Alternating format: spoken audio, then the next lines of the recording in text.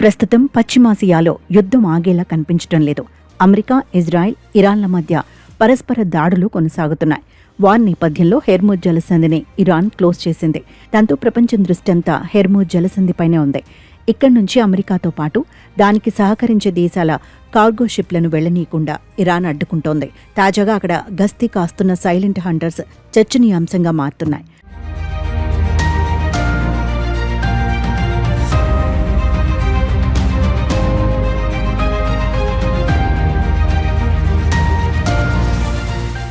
గదీర్ class mini జలంతర్గాములు శత్రువుల గుండెల్లో వణుకు పుట్టిస్తున్నాయి.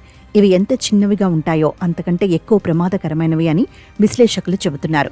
సముద్రపు అడుగున నిశ్శబ్దంగా నక్కి ఉండి శత్రు నౌకలు దగ్గరకు రాగానే మెరుపు దాడి చేయటంలో వీటికి వేరే ఏ సబ్మెరైన్ సాటిరాదో. అమెరికా, ఇజ్రాయెల్ వంటి అగ్రరాజ్యాల నౌకాదళాలను ఇవి కలవరపెడుతున్నాయి. సాధారణంగా పెద్ద జలంతర్గాములు లోతైన సముద్రంలో మాత్రమే ప్రయాణించగలవు. కానీ ఈ గదీర్ సబ్మెరైన్ల స్పెషాలిటీ ఏంటంటే కేవలం 30 మీటర్ల లోతు ఉన్న నీటిలో కూడా ఇవి సులువుగా సంచరించగలవు. వీటి పొడవు కేవలం 29 మీటర్లు, బరువు 120 నుంచి 150 టన్నులు మాత్రమే. అంటే ఒక సాధారణ జలంతర్గామిలో ఇవి 10వ వంతు మాత్రమే ఉంటాయి. చిన్నవిగా ఉండటం వల్ల ఇవి చేసే శబ్దం చాలా తక్కువ. ఫలితంగా శత్రువుల రాడార్లు, సోలార్ వ్యవస్థలు వీటిని గుర్తించటం దాదాపు అసాధ్యం. హెర్మూజ్ వంటి తక్కువ లోతుగల జలసంధులకు ఇవి పర్ఫెక్ట్ అదృశ్య సైన్యం. వీటిలో ఉండే ఆయుధ సంపద చూస్తే ఎవరైనా షాక్ అవ్వాల్సిందే. గదీర్ సబ్మెరైన్లలో గంటకు 350 కిలోమీటర్ల వేగంతో దూసుకెళ్లే సూపర్ క్యావిటేటింగ్ టార్పెడోలు ఉంటాయి. శత్రు నౌక తప్పించుకునే లోపే ఇది వెళ్లి ఢీకుంటుంది. అంతేకాదు, వీటిలో జాక్ 2 క్షిపణులు కూడా ఉంటాయి. ఇవి 300 కిలోమీటర్ల దూరంలోని లక్ష్యాలను సైతం ఛేదించగలవు. ఇరాన్ స్వదేశీ పరిజ్ఞానంతో తయారు చేసిన ఈ సబ్మెరైన్లో ప్రస్తుతం 16 నుంచి 20 వరకు హెర్మూజ్ మార్గంలో నిఘా ఉంచుతున్నట్లు అంచనా.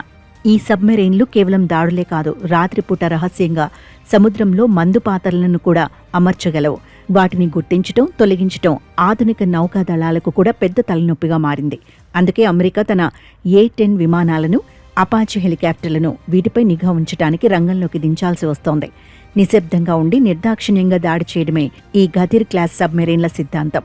అగ్రరాజ్యాల అత్యాధునిక యుద్ధ నౌకలకు ఇవి నీటి అడుగున ఒక సవాల్గా మారాయి. మరి ఈ సైలెంట్ హంటర్స్ దాటికి అమెరికా నౌకాదళం ఎలా తట్టుకుంటుందో వేచి చూడాలి.